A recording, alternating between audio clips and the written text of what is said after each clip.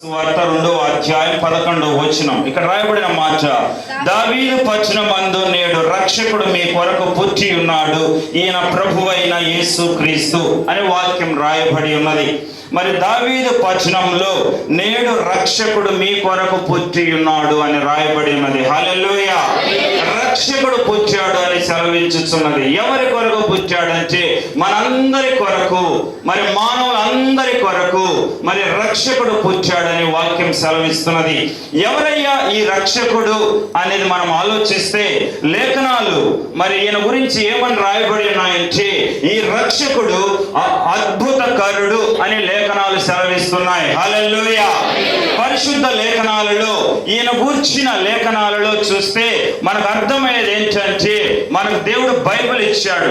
ఈ బైబిల్లో మరి రక్షకుడు గురించి ఏమని రాయబడి ఉన్నదంటే, ఈ బైబిల్లో ఉన్న లేఖనాలను జాగ్రత్తగా మనం గమనించి చూసినట్లయితే దీంట్లో అర్థమయ్యేది, మొట్టమొదటిగా మనకు అర్థమయ్యేదంటే రక్షకుడు అద్భుతకరుడు అని అర్థమవుతున్నది. హల్లెలూయా!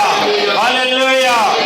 చూడండి, ఈయన అద్భుతకరుడని ఎలా మనకు తెలుస్తున్నదంటే, మొట్టమొదటిగా ఆయన పుట్టికే ఒక అద్భుతమైన వాక్యం సెలవిస్తున్నది. హల్లెలూయా! ఈ రక్షకుడు ఉన్నాడే, ఈ రక్షకుడు అనబడిన యేసు క్రీస్తు ప్రభువారు ఉన్నారే, ఆయన అద్భుతకరుడని. ఎలా అద్భుతకరుడు అంటే, మొట్టమొదటిగా ఆయన పుట్టిన విధానాన్ని చూస్తే, ఆయన పుట్టుక చూస్తే ఒక అద్భుతం అనేది లేఖనం సెలవిస్తున్నది. హల్లెలూయా! ఈయన స్త్రీ వలన, పురుషుల వలన, కలయిక వలన ఆయన పుట్టలేదని. సాధారణంగా మరి తల్లి గర్భంలో నుంచి బిడ్డ వచ్చుచున్నాడంటే, మరి ఆ బిడ్డ ఎలా వస్తున్నాడంటే స్త్రీ పురుషుల కలయిక వలన మరి బిడ్డలు వచ్చుచున్నారు. అయితే యేసుక్రీస్తు ప్రభువారు మరి స్త్రీ పురుషుల కలయిక వలన ఆయన రాలేదు. హల్లెలూయా! ఇంకా వాక్యాన్ని మనం గమనించినట్లయితే ఆయన రేతస్సు వలన ఆయన పుట్టలేదనే వాక్యం సెలవిస్తున్నది. మరి ఇంకా మనం చూస్తే మరి ఏ విధంగా ఆయన పుట్టాడు? స్త్రీ పురుషుల కలయిక వల్ల ఆయన పుట్టలేదు, మరి పురుషుని యొక్క రేతస్సు వలన ఆయన పుట్టలేదు. మరి ఎలా ఆయన పుట్టాడు? దానికి లేఖనాలు ఏమని సెలవిస్తున్నాయంటే, చూడండి, లూకా సువార్త 1వ అధ్యాయము 34-35 వచనాలను చూడండి. లూకా సువార్త మరి 1వ అధ్యాయము 34-35 వచనాలు చూడండి. పురుషుని ఎరుగని దాననే పరిశుద్ధాత్మని మీదకు వచ్చును, సర్వోన్నతుని శక్తి నిన్ను కమ్ముకొనును గనుక పుట్టబోవు శిశువు పరిశుద్ధుడై దేవుని కుమారుడు అనబడు. చూడండి, ఇక్కడ రాయబడిన మాట, ఒక దూత మరి ఒక కన్య అయిన మరియ యొద్దకు వచ్చి ఉన్నది. ఆ దూత పరలోకము నుండి వచ్చి ఉన్నది. పరలోకం నుండి వచ్చిన దూత మరి చెప్పబడుతున్న మాట ఏంటంటే, నీవు ఒక కుమారుని కంటావమ్మా అని చెప్పబడుతున్నది. అప్పుడు ఆమె ప్రశ్నిస్తున్నది, ఇది ఎలా సాధ్యము? నేను పురుషుని ఎరుగని దాననే, ఏ పురుషుడితో నేను వెళ్ళలేదే, మరి నేను ఎలా కుమారుని కంటాను? ఇది ఎలా సాధ్యమవుతుంది అని ఆ మరియ, ఆ కన్యక మరి ఆ యొక్క దూతను అడుగుతున్నది. అప్పుడు ఆ దూత ఏమని చెప్పబడుతున్న మాటే ఇక్కడ రాయబడిన మాట 34వ వచనం. అందుకు మరియ, నేను పురుషుని ఎరుగని దాననే, ఇది ఎలాగూ జరుగునని దూతతో అనగా, అప్పుడు దూత అంటున్నాడు, పరిశుద్ధాత్మ నీ మీదకు వచ్చును, సర్వోన్నతుని శక్తి నిన్ను కమ్ముకొనును గనుక పుట్టబోవు శిశువు పరిశుద్ధుడై దేవుని కుమారుడు అనబడును అని రాయబడినది. హల్లెలూయా! యేసు ప్రభు వారు ఎలా వచ్చారంటే, మొట్టమొదటిగా కన్యకైన మరియను, ఇక్కడ రాయబడిన మాట ఏంటంటే పరిశుద్ధాత్మ దేవుడు మరి ఆమెను నింపబడినట్లు చూడబడినది. మొట్టమొదటిగా కన్యమి యొద్దకు పరిశుద్ధ ఆత్మ మరి దిగి వచ్చి ఉన్నది. పరిశుద్ధాత్మతో ఆ బిడ్డ నింపబడి ఉన్నది. ఆ తర్వాత దేవుని యొక్క శక్తితో ఆమె నింపబడి ఉన్నది. దేవుని యొక్క ఆత్మ, దేవుని యొక్క శక్తి ఆమె ఎప్పుడైతే నింపబడుతున్నదో ఆ సమయంలో ఆత్మ ఉన్న ప్రభువారు ఆమె గర్భంలోకి ప్రవేశించారు. హల్లెలూయా! హల్లెలూయా! ఇది ఒక అద్భుతం. హల్లెలూయా! యేసు ప్రభువారు పూర్తిగా ఒక అద్భుతం. హల్లెలూయా! ప్రపంచంలో ఎవరూ పుట్టలేదు ఈ మాదిరి. ఈ అద్భుతం యేసుకు మాత్రమే చెంది ఉన్నది. హల్లెలూయా! రెండవదిగా ఆయన ఎలా అద్భుతకరుడయ్యా అంటే, ఆయన నడిచిన నడకే ఒక అద్భుతం. హల్లెలూయా! రెండవదిగా ఆయన నడిచిన నడకే ఒక అద్భుతం. హల్లెలూయా. ఇది ఎలా అంటే ఆయన ఈ భూమి మీద ఆయన నడిచిన విధానం మనం గమనించినట్లయితే ఒక అద్భుతం అనేది మనకు తెలుస్తున్నది. ఎలా అంటే చూడండి, యోహాను సువార్త 8వ అధ్యాయం 46వ వచనం చూడండి. యోహాను సువార్త 8వ అధ్యాయం 46వ వచనం. యోహాను సువార్త 8వ అధ్యాయం 46వ వచనం. ఒకరు చదవండి అమ్మా. 46. నా యందు పాపం ఉన్నదని మీలో ఎవడు స్థాపించును అనే ప్రభువారు అంటున్నారు. ప్రభువారు లోకంతో అంటున్న మాట ఏంటంటే, నాలో పాపం ఉన్నదని, నాలో నేను నడిచిన నడవడికలో పాపం ఉన్నదని మీరు ఎవరైనా కూడా రుజువు చేయగలరా? హల్లెలూయా. ఆయన పాపము లేకుండా భూమి మీద జీవించాడు. హల్లెలూయా.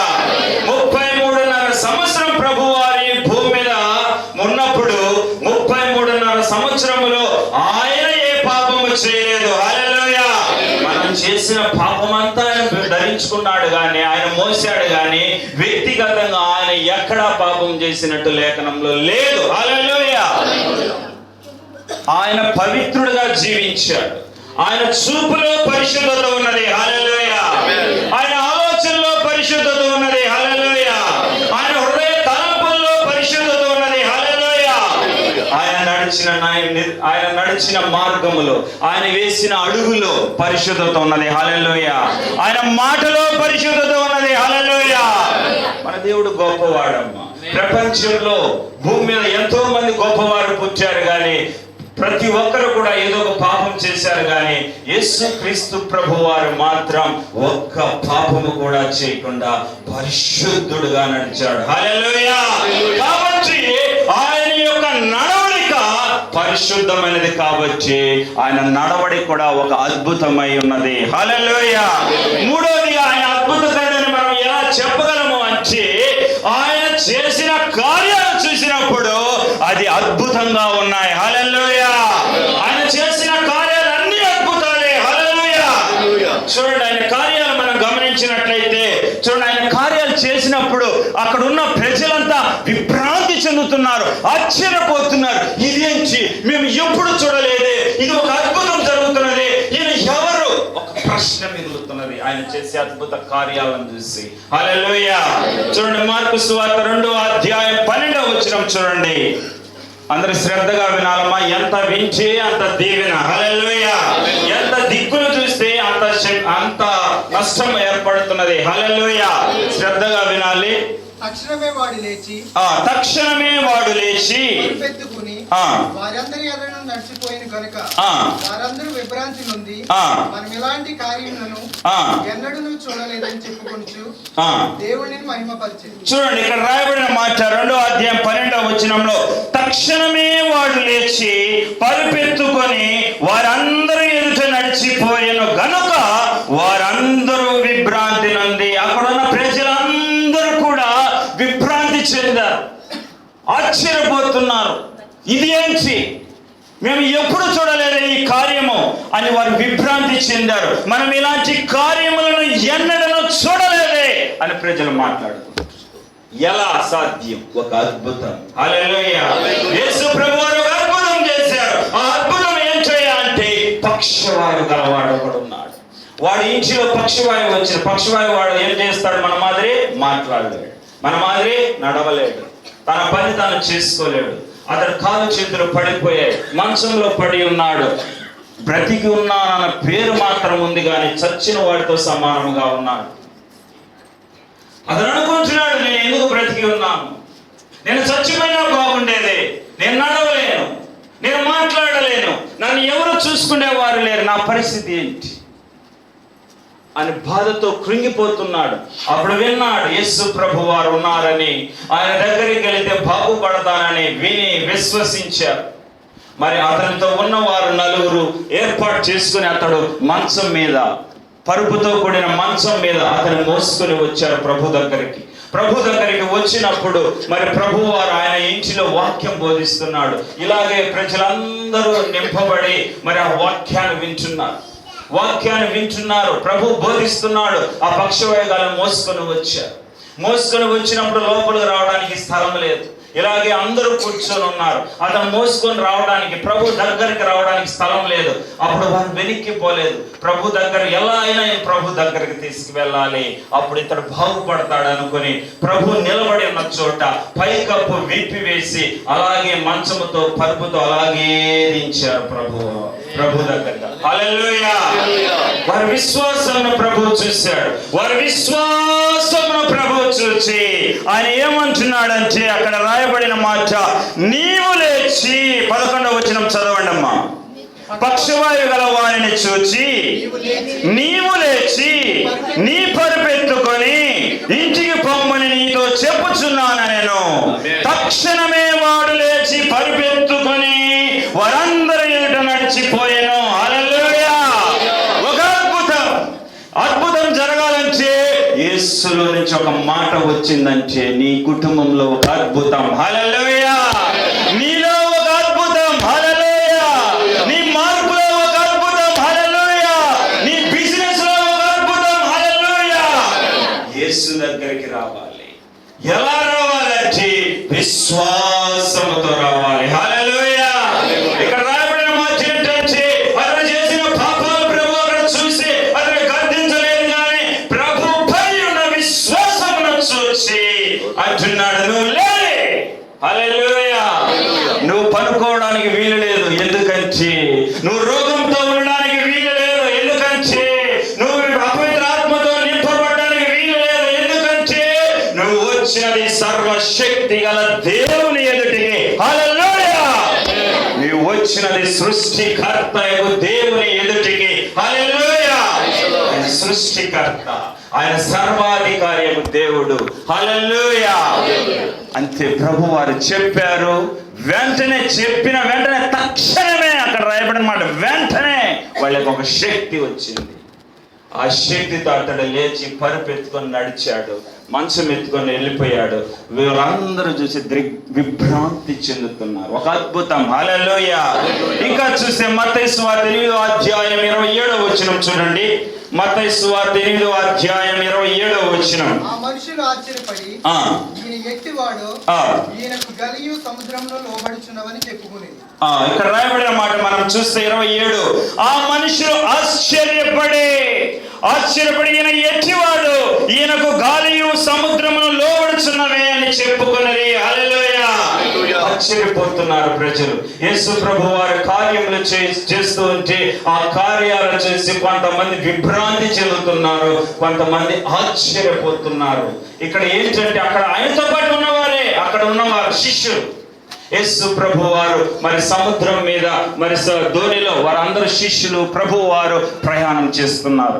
ఆ ధోనిలో ఒక వైపున ఒక భాగాన ప్రభు వారు నిద్రపోతున్నారు. శిష్యులందరూ మాట్లాడుకుంటూ సాఫీగా జీవితం జరుగుతున్నది, సాఫీగా ప్రయాణం జరుగుతున్న ప్రయాణంలో అనుకోకుండా మరి పెద్ద గాలి ఎదురైనది, అనుకోకుండా తుఫాను ఎదురైనది, అనుకోకుండా నిమ్మలముగా ఉన్న నీరు అలలు కొట్టడం ప్రారంభించినది. అప్పుడు శిష్యులు ఒక కలవరం, అప్పుడు శిష్యులు ఒక భయం.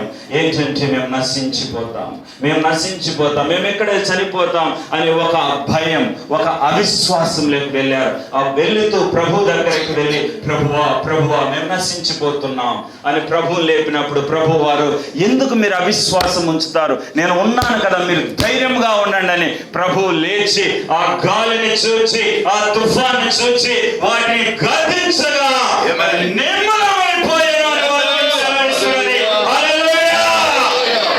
కార్యాలు ఒక అద్భుతం. గాలి ఆగిపోయినది, అలలు కొడుతున్న నీరు ఆగిపోయాయి, వచ్చున్న తుఫాన్ ఆగిపోయినది, కలవరం వెళ్ళిపోయినది శిష్యుల్లో నుంచి. మనము కూడా ఎప్పుడు కూడా మీకు శ్రమలు రాని, మీకు బాధలు రాని, మీ కష్టాలు రాని, మీకు నష్టాలు రాని ప్రభు వైపే చూడాలి. హల్లెలూయా. ప్రభు ఎందే విశ్వాసం ఉంచాలి. హల్లెలూయా. నిమ్మలమైన జీవితం ప్రభు వారు మాత్రమే ఇవ్వగలరు. హల్లెలూయా. కార్యాలు ఒక అద్భుతం. హల్లెలూయా. ఇంకా మనం బైబిల్లో చూస్తే 12 సంవత్సరాల నుండి రక్తస్రావం గల స్త్రీ ఆ రోగంతో బాధపడుతున్నది. 1 సంవత్సరం కాదు, 2 సంవత్సరాలు కాదు, 3 సంవత్సరాలు కాదు, 12 సంవత్సరాలు రోగంతో బాధపడుతున్నది. ప్రభు దగ్గరికి ఆమె వెళ్ళలేదు. ఆమె ఏం చేసిందంటే తన దగ్గర ఉన్న డబ్బంతా తీసుకొని, తన దగ్గరున్న ఆస్తి అంతా తీసుకొని అమ్మి వేసి డాక్టర్ దగ్గరికి వెళ్ళి మరి చూపించుకున్నది. చూపించిన 12 సంవత్సరాలు ఆమె చూపించుకున్నది. ఆ చివరికి ఏమైందంటే ఆమె దగ్గర ఉన్న డబ్బంతా అయిపోయింది. రోగం మాత్రం తగ్గలేదంట, రోగం పెరిగిందంట. డబ్బు పోయింది, రోగం పెరిగింది. ఇంకేంటి దిక్కు? యేసు దిక్కు అనుకున్నది. హల్లెలూయా. ఎవరో చెప్పారు యేసు ప్రభు దగ్గరికి వెళ్తే బాగుంటానని. 12 సంవత్సరాల నుండి బాధపడుతున్న స్త్రీ ప్రభు యందు విశ్వసించి ఆయన తాకితే చాలనుకొని ఆయన దగ్గరికి వెళ్ళి ఆయన తాకినప్పుడు ఆమె స్వస్థత పొందినది. హల్లెలూయా. ఆయన కార్యాలు అద్భుతం అండి. హల్లెలూయా. ఇదే కాదు, ఇంకా మనం చూస్తే యోహాను సువార్త 5వ అధ్యాయం 4వ వచనంలో మనం చూస్తే 38 ఏళ్ల నుండి వ్యాధి గల మనిషిని మనం అక్కడ చూస్తాం. 1 సంవత్సరం కాదు, 2 సంవత్సరాలు కాదు. చూడండి యోహాను సువార్త 5వ అధ్యాయం 4వ వచనం చూడండి. ఆయా సమయములకు దేవదూత కోనేటిలో దిగి నీళ్లు కదిలించుట కలదు. నీళ్లు కదిలింపబడిన పిమ్మట మొదట ఎవడు దిగిన వాడు ఎట్టి వ్యాధి గలవాడైనను బాగుపడిన గనుక ఆ మంటపములలో రోగులు, కుంటువారు, మోసకాలు చేతులు గలవారు గుంపులుగా పడి ఉంది. అక్కడ 38 ఏళ్ల నుండి వ్యాధి గల ఒక మనుషుడు ఉండెను. హల్లెలూయా. 1 సంవత్సరం కాదండి, 2 సంవత్సరాలు కాదండి, 38 ఏళ్ళు. అతడు జీవితంలో సగం భాగం వ్యాధితో నిండిపోయినది. అతడు ఇంకెందుకు బ్రతకడం, కుమిలిపోతున్నాడు. అక్కడ ఒక సాంప్రదాయం ఏంటంటే ఆయా సమయంలో ఒక దేవదూత వచ్చి ఆ కోనేటిలో నీళ్లను కదిలిస్తే మొదట ఏ రోగి దిగుతాడో ఆ రోగి బాగుపడతాడంట. మరి రోగులందరూ అక్కడ ఉన్నారు మొదట దిగడానికి. 38 ఏళ్ళ సంవత్సరాల నుండి కూడా ఈ రోగి అక్కడికి వెళ్ళి బాగుపడింది లేదు. అప్పుడు ప్రభువారు అతని దగ్గరికి వెళ్ళారండి. మన ప్రభువారు కనికరం గల దేవుడు. మీరు అనుకోవచ్చు, నన్ను బాగు చేస్తాడా, నా బాధ తీరుస్తాడా, ప్రభువారు చేస్తారా, నేను యోగ్యురాలనా? మన యోగ్యతను బట్టి చూస్తే ప్రభువారు మన కొరకు ప్రాణం పెట్టవలసిన అవసరం లేదు. అవునా కాదు? మనము పాపంలో అపరాధములతో చచ్చినప్పుడు ఆయన ప్రాణం పెట్టాడు. హల్లెలూయా. మళ్ళా మనం ఏంటి గొప్పతనం? మనలో గొప్పతనం ఏమీ లేదు. ప్రభు వైపు విశ్వాసంతో చూడడమే, ఆ విశ్వాసంతో చూడడమే. ప్రభువారు వెతుక్కుంటూ అతని దగ్గరికి వెళ్ళాడండి. 38 ఏళ్ల నుండి నువ్వు బాగలేవు, నేను నిన్ను బాగు చేస్తానని అతని బాగు చేశాడండి. హల్లెలూయా. ఆయన నడవడం మొదలు పెట్టాడండి ఆ రోగి. హల్లెలూయా. ఇంకా మనం ఎన్నో అద్భుతాలు ఉన్నాయి. మరి వాక్యం ఏముంచినదంటే యోహాను సువార్త 21వ అధ్యాయం 25వ వచనం చూడండి. ఆయన కార్యాల్లో చివరిగా నేను చెప్పబడే మాట ఏంటంటే యోహాను సువార్త 21వ అధ్యాయం 25వ వచనం.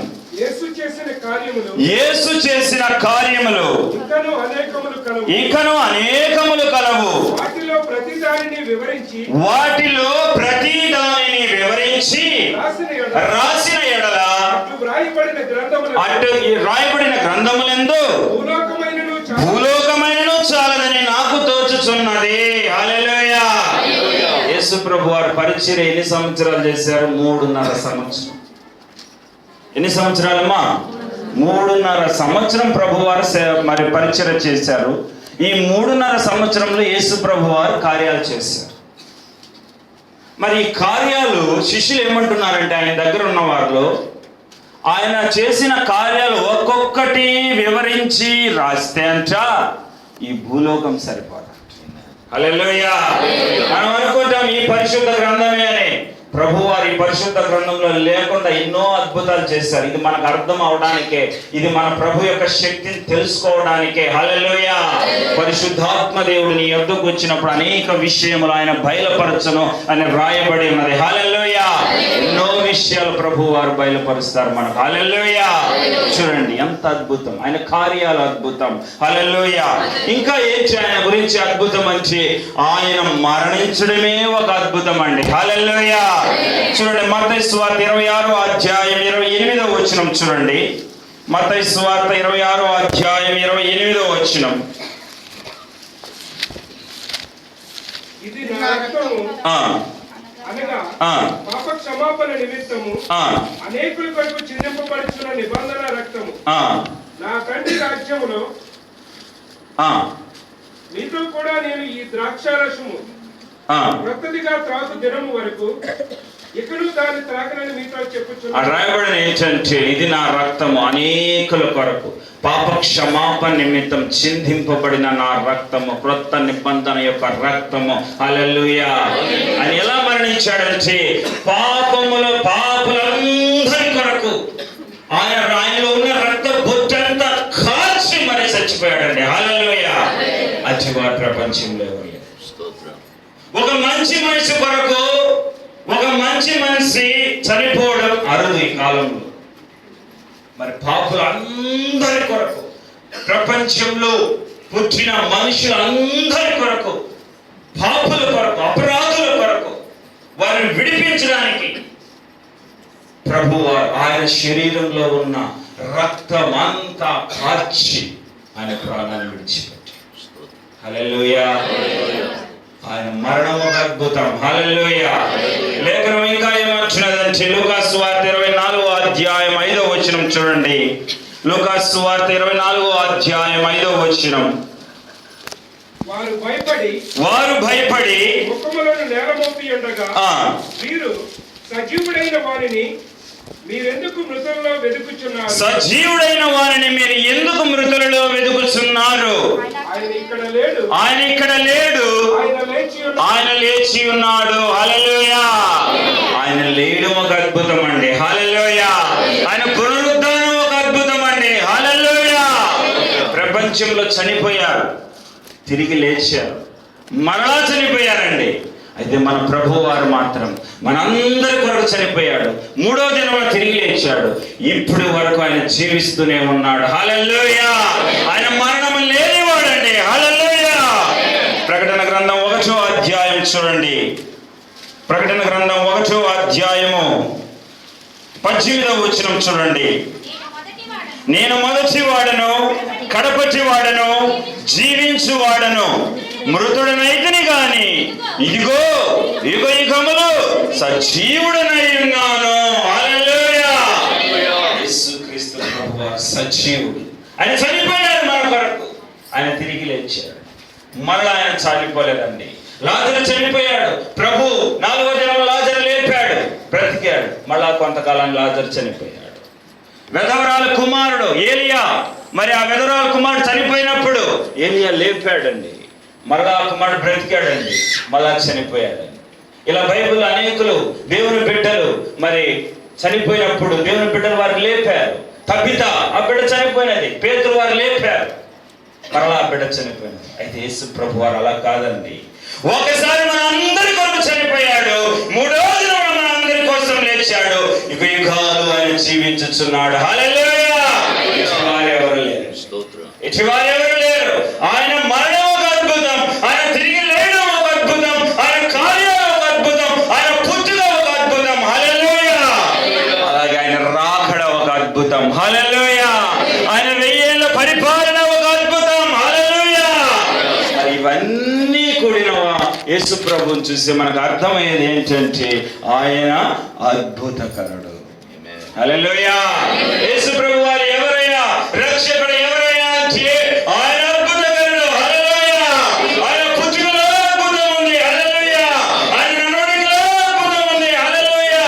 ఆయన కార్యాలలో అద్భుతం ఉంది. హల్లెలూయా. ఆయన మరణంలో అద్భుతం ఉంది. హల్లెలూయా. ఆయన పునరుద్ధానంలో అద్భుతం ఉంది. హల్లెలూయా. ఆయన ఆరోహణంలో అద్భుతం ఉంది. హల్లెలూయా. ఆయన రాకడలో అద్భుతం ఉంది. హల్లెలూయా. ఆయన పరిపాలనలో అద్భుతం ఉంది. హల్లెలూయా. ఇంకేమని పిలుస్తాం? ఆయన అద్భుతకరుడే అని పిలుస్తాం. హల్లెలూయా. మనకు ఉన్నాడండి, మన కొరకు పుట్టిన వారు ఉన్నారండి, ఒక అద్భుతకరుడు. హల్లెలూయా. ఇంకా ఆయన గురించి లేఖనం ఏమంటున్నదంటే ఆయన బాగా గమనించినట్లయితే రెండవదిగా ఆయన ఆ అద్భుతకరుడు దేవుని కుమారుడు అనే వాక్యం సెలవిస్తున్నది. హల్లెలూయా. చూడండి మత్తయి సువార్త 3వ అధ్యాయం 17వ వచనం చూడండి. మత్తయి సువార్త 3వ అధ్యాయం 17వ వచనం. మరియు ఇదిగో ఈయన నా ప్రియ కుమారుడు, ఈయన యందు నేను ఆనందించుచున్నాను. హల్లెలూయా. దేవుడు యెహోవా దేవుడు ఆయన తన కుమారుడైన ప్రభు వారిని చూసుంటున్నారు. ఇదిగో ఈయన ఎవరో కాదయ్యా, నా ప్రియ కుమారుడు. హల్లెలూయా. ఈ ప్రియ కుమారుడు మీ దగ్గరికి నేను పంపానయ్యా. ఈ ప్రియ కుమారుణ్ణి ఆ కన్యక గర్భంలో నేను ఉంచానయ్యా. ఈ ప్రియ కుమారుడు ఈ భూమి మీద రాకుండా ఉన్నప్పుడు ఆయన ఎక్కడ ఉన్నాడంటే నాతో ఉన్నాడయ్యా. హల్లెలూయా. యోహాను సువార్త 1వ అధ్యాయం 1వ వచనం చూడండి, అక్కడ రాయబడిన మాట. యోహాను సువార్త 1వ అధ్యాయం 1వ వచనం. ఆదియందు వాక్యము ఉండెను. ఒకరు చదవండి అమ్మా. ఆదియందు వాక్యము ఉండెను, వాక్యము దేవుని యొద్ద ఉండెను, వాక్యమే దేవుడై ఉండెను. హల్లెలూయా. వాక్యం దేవుని యొద్ద ఉన్నది, ఆ వాక్యం దేవుడై ఉన్నాడు. హల్లెలూయా. ప్రభువారు తండ్రి అయిన దేవుని యెహోవా యొద్ద ఉన్నాడు, మరి ప్రభువారు కూడా దేవుడై ఉన్నారు అని వాక్యం సెలవిస్తున్నది. హల్లెలూయా. ఆయన భూమి మీద రానప్పుడు ఆయన తండ్రితో ఉన్నాడు, ఈ భూమి మీదకు వచ్చినప్పుడు తండ్రిని విడిచిపెట్టి మన కొరకు వచ్చాడు. హల్లెలూయా. మరి అద్భుతకరుడైన యేసు ప్రభువారు, దేవుని కుమారుడైన యేసు ప్రభువారు మన కొరకు పుట్టాడు. హల్లెలూయా. ఇది లూకా సువార్త 2వ అధ్యాయము 11వ వచనం మనం ధ్యానించుచున్నామే. ఈ మాట రాయబడి ఉన్నది, రక్షకుడు మన కొరకు పుట్టాడు. హల్లెలూయా. మన కొరకు పుచ్చును అని రాయబడి ఉన్నది. ఎందుకు పుచ్చాడు మన కొరకు? దానికి కారణం ఏంటి అంటే మనం చూస్తే ఆ రక్షకుడు మన కొరకు ఎందుకు పుట్టాడయ్యా అంటే మన అందరినీ రక్షించడానికి పుట్టాడు. హల్లెలూయా. ఆయన ఎందుకు ఆ పశుల మరి పాకలో ఆయన జన్మించాడు? ఎందుకు ఆ కన్య గర్భంలో ఆయన జన్మించాడు? ఎందుకు ఆయన 33.5 సంవత్సరం భూమి మీద ఉన్నాడు? ఎందుకు ఆయన ఉపవాసం ఉన్నాడు? ఎందుకు సైతాన్ని జయించాడు? ఎందుకు ఆయన మరణ శ్రమలను అనుభవించాడు? కారణం ఏంటయ్యా అంటే ఒకే కారణం, మనం అందరము రక్షింపబడాలని. హల్లెలూయా. మనమందరం ఆయన రెక్కల నీడన ఉండాలని. హల్లెలూయా. మనమందరం ఆయన పోలికలో ఉండాలని. హల్లెలూయా. మనమందరం ఆయన రాజ్యంలో ఉండాలని. హల్లెలూయా. మనమందరము కూడా ఆయన పిల్లలమై ఉండాలని. హల్లెలూయా. అందుకే వాక్యం ఏమంటున్నదంటే చూడండి, మత్తయి సువార్త 1వ అధ్యాయం 21వ వచనం చూడండి.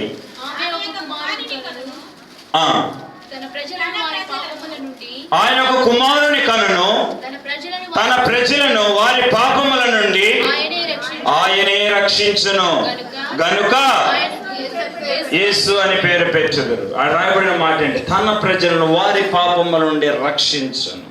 యేసు ప్రభు వారు వచ్చింది ఎందుకంటే మన పాపముల నుండి మనం రక్షించడం. నువ్వు పాపం చేస్తుంటే నేను శిక్షించడానికి ఆయన రాలేదు.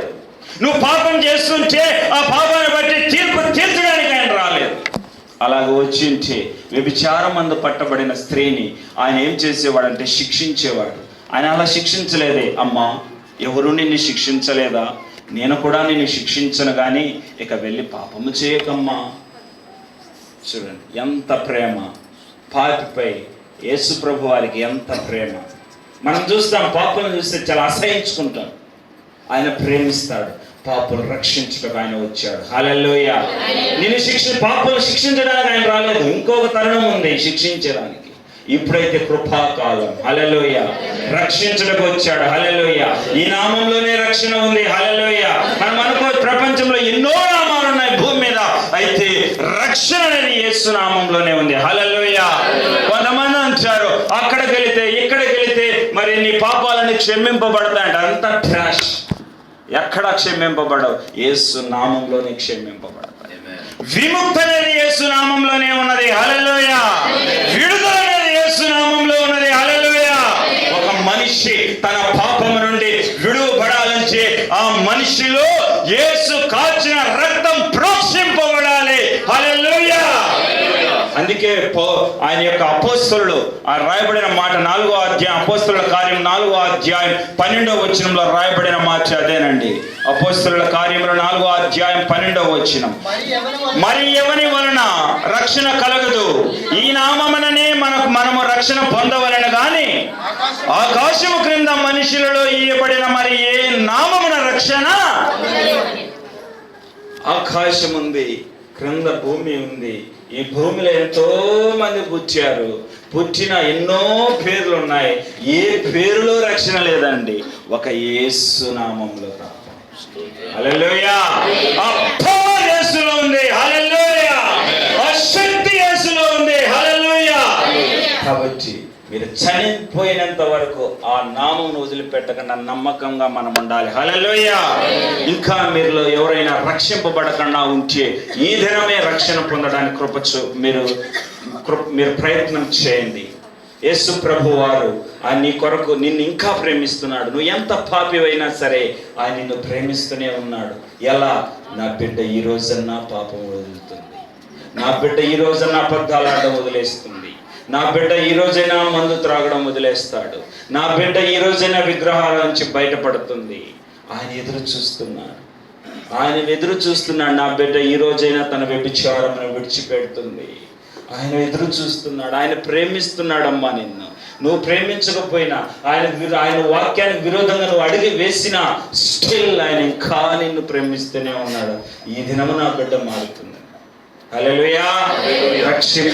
రక్షింపబడిన వారు రక్షింపబడడానికి ప్రయత్నం చేయాలి. హల్లెలూయా!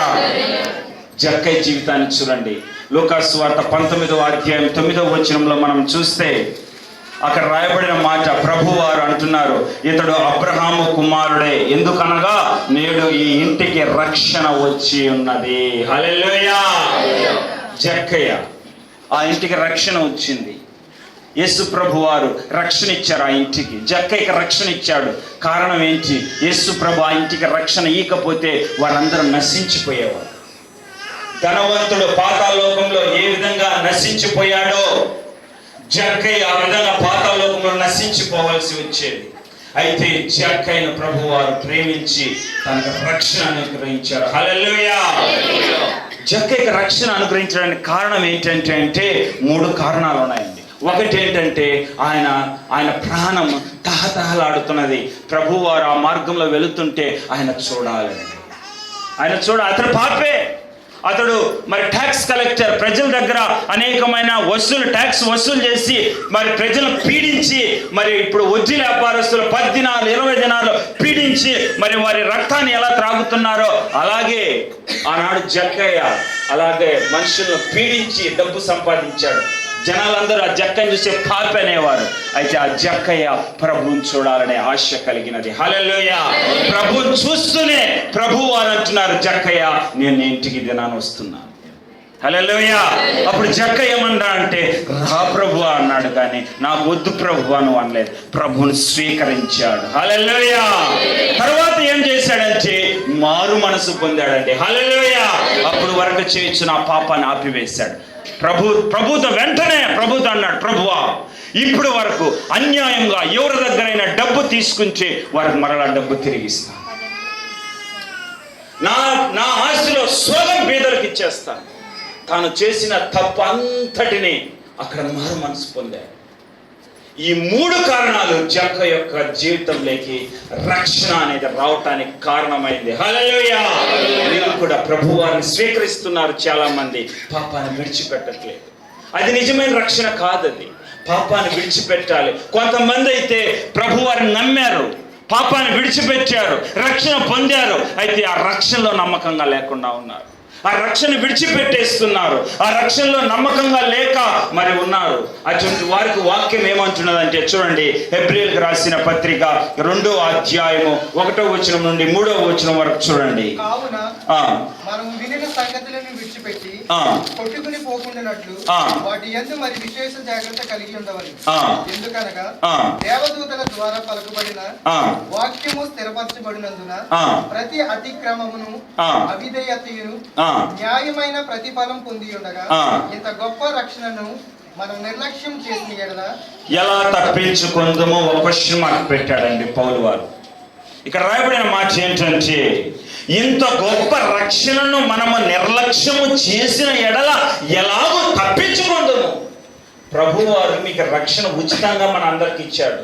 అయితే ఆయన ఉచితంగా ఇచ్చాడు. అయితే ఆయన రక్షణ ఇవ్వడానికి ఆయన ఎంతో ప్రయాసపడ్డాడు.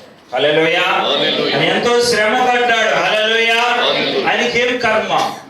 ఆ కలువరి శిలువలో ఆకాశానికి భూమి మధ్య వేలాడడానికి. ఆయనకి ఏం కర్మ? ఆడ మనుషులు మరి అపహసిస్తున్నారు, దూషిస్తున్నారు. ఆ మనుషులు అతను చూసి నువ్వు అవమానపాలు చేస్తున్నారు. ఏం కర్మ ఎన్ని పడ్డానికి? ఒకడు చూసి ఆయన ముఖాన్ని ఉమ్మి వేస్తున్నాడు. ఏం కర్మ ఆయన? ఒకడు చూసి చచ్చిపోయాడా లేదా అని మరి ఆయన ప్రక్క భాగంలో పొడిచాడు. ఒకడు చూసి మరి ఆయన తలపైన మరి ముళ్ళ కిరీటమును ఉంచి మరి ఆ పెట్టి మరి ఆ ఒక రెల్లుతో ఒక కర్రతో ఆయన తల మీద కొట్టినప్పుడు ఆ ముళ్ళని లోపలికి దూసుకు వెళ్ళి మరి తలలో నుంచి రక్తమంతా కారిపోయినది. ఎందుకు ఆయన బాధపడాలి? ఆయన అలాగ బాధపడకపోతే నీకు నాకు రక్షణ లేదు. హల్లెలూయా.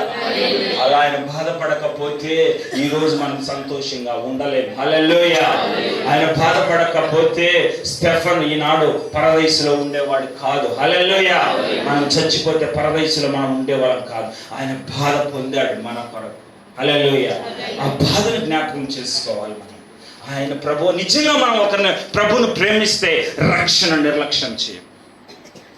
చాలా మంది నాడు రక్షణ ఇస్తే ఆ రక్షణను కేర్లెస్ చేస్తున్నారు, నిర్లక్ష్యం చేస్తున్నారు. వాక్య ప్రకారం నడవట్లేదు, ఆయన విధేయులు అవ్వట్లేదు. ఏదో నామకార్థంగా బైబిల్లో పట్టుకొని మరి దేవుడు ఇచ్చిన వరాలను పెట్టుకొని నామకార్థంగా జీవిస్తున్నారు. అటువంటి జీవితం కాదు ప్రభు వారు కోరేది. చూడండి, హెబ్రీయులకు రాసిన పత్రిక 5వ అధ్యాయం 9-10 వచనాలు చూడండి. హెబ్రీయులకు రాసిన పత్రిక 5వ అధ్యాయం 9-10 వచనాలు. మరియు ఆయన సంపూర్ణ సిద్ధి పొందిన వాడై మెల్కీసెదెకు యొక్క క్రమములో చేరిన ప్రధాన యాజకుడని దేవుని చేత పిలువబడి తనకు విధేయులైన వారికి అందరికీ నిత్య రక్షణకు కారకుడాయను. హల్లెలూయా. నిత్య రక్షణకు ప్రభువారు కారకుడయ్యారు. మనకు ఇచ్చిన రక్షణ అది నిత్యము మనకు ఉండాలంటే ఆయనకు విధేయులమై ఉండాలి. రాయబడిన మాట విధేయులమై ఉండాలి. హల్లెలూయా. కాబట్టి ప్రభు మన కొరకు పుట్టాడు. ఎందుకు? మనకు విధేయులై ఉండుటకు. రెండోదిగా ప్రభు వారు మనకు ఎందుకు పుట్టారంటే మనకు తోడుగా ఉండుటకు పుట్టాడని రాయబడినది. ఇంతకుముందు ఇక్కడ చదివారు, మత్తయి సువార్తలో చదివారు 1వ అధ్యాయం 22-23లో. ఆ రాయబడిన మాట ఏంటంటే ఇమ్మానుయేలు అంటే అర్థం ఏంటి? దేవుడు మనకు ఆయన తోడుగా ఉన్నట్టుకు వచ్చాడు. ఎందుకు తోడు అంటే మనం భయపడుతున్నాం, ప్రతిదానికి మనం భయపడుతున్నాం. ఏ హాని కలుగుతుందో అని భయపడుతున్నాం, ఏమి జరుగుతుందో అని భయపడుతున్నాం. చూడండి, ఇక్కడ రాయబడిన ప్రభు వారు అంటున్నారు, ఇక్కడ రాయబడిన మాట అపోస్తల కార్యంలో 18వ అధ్యాయం 9వ వచనం ఒకసారి చదవండి త్వరగా అమ్మ. అపోస్తల కార్యంలో 18వ అధ్యాయం 9వ వచనం. రాత్రి వేళ దర్శనమందు ప్రభువు నీవు భయపడక మాట్లాడుము, మౌనముగా ఉండకము, నేను నీకు తోడై ఉన్నాను, ఏ హాని చేయుటకు నీ మీదకి ఎవడును రాడు. కాబట్టి ఇక్కడ రాయబడిన మాట ఏంటంటే నీ మీదకి ఎవడు రాడు. కాబట్టి నువ్వేం చేయాలి? భయపడకుండా ఉండాలి. భయపడకుండా ఉండాలంటే ఏం చేయాలి? ఆయన నీకు తోడుగా ఉండాలి. ఆయన నీకు తోడుగా ఉండటకు ప్రభువారు వచ్చాడు. హల్లెలూయా. అందరం ప్రార్థన చేస్తాం, అందరం మోకరిస్తాం. ఒక చిన్న ప్రార్థన చేసుకొని ముగించుకుందాం. అందరం మోకరిస్తాం. ప్రభువానికి వేలాది స్తోత్రములు, ప్రభువానికి వేలాది వందనములు, ప్రభువానికి వేలాది స్తుతులు. ప్రభువా, ఈ దినమున ప్రభువా మీరు మాతో మాట్లాడారు నాయన. ప్రభువానికి వేలాది స్తోత్రాలు. ప్రభువా నువ్వు అద్భుత కరుడు. ప్రభువా నీ పుట్టుకలో అద్భుతం ఉంది. నీ నడవడికలో అద్భుతం ఉంది. ప్రభువా నీ కార్యాలు అద్భుతం. నువ్వు మరణించిన విధానం అద్భుతం. నువ్వు తిరిగి లేచిన విధానం అద్భుతం. నీ ఆరోహణం అద్భుతం. నీ రాకడ అద్భుతం. నీ 1000 పాలన అద్భుతం. నీకు వేలాది స్తోత్రాలు తెలియజేస్తున్నాం అయ్యా. నీకు స్తోత్రం నాయన. మీరు దేవుని కుమారుడు అయ్యున్నారు నాయన. మీరు దేవుడు అయ్యున్నారు నాయన. మీరు మా కొరకు పుట్టారయ్యా. ఎందుకంటే ప్రభువా మమ్మల్ని అందరినీ రక్షించడానికి పుట్టారయ్యా. మాలో ఇంకా కొంతమందికి రక్షణ లేదయ్యా. వారందరికీ మీరు రక్షణ దయచేయమని ప్రార్థన. ఇక్కడ మోకరించిన బిడ్డలు ఎవరిలో ఇంకా రక్షణ లేదయ్యా. వారి రక్షణ లేని వారి రక్షణ దయచేయండి. కొంతమంది రక్షింపడ్డారయ్యా, వారి నిర్లక్ష్యం చేసి ఉన్నారయ్యా. వారికి నిర్లక్ష్యం చేసిన ప్రభువా ఆ బిడ్డలు కరుణించి తిరిగి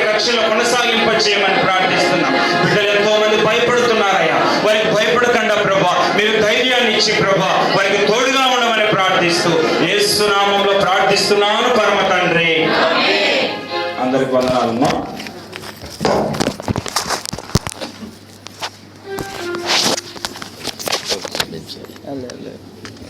పరిశుద్ధాత్మ దేవుడు ఇంతవరకు ఆయన యొక్క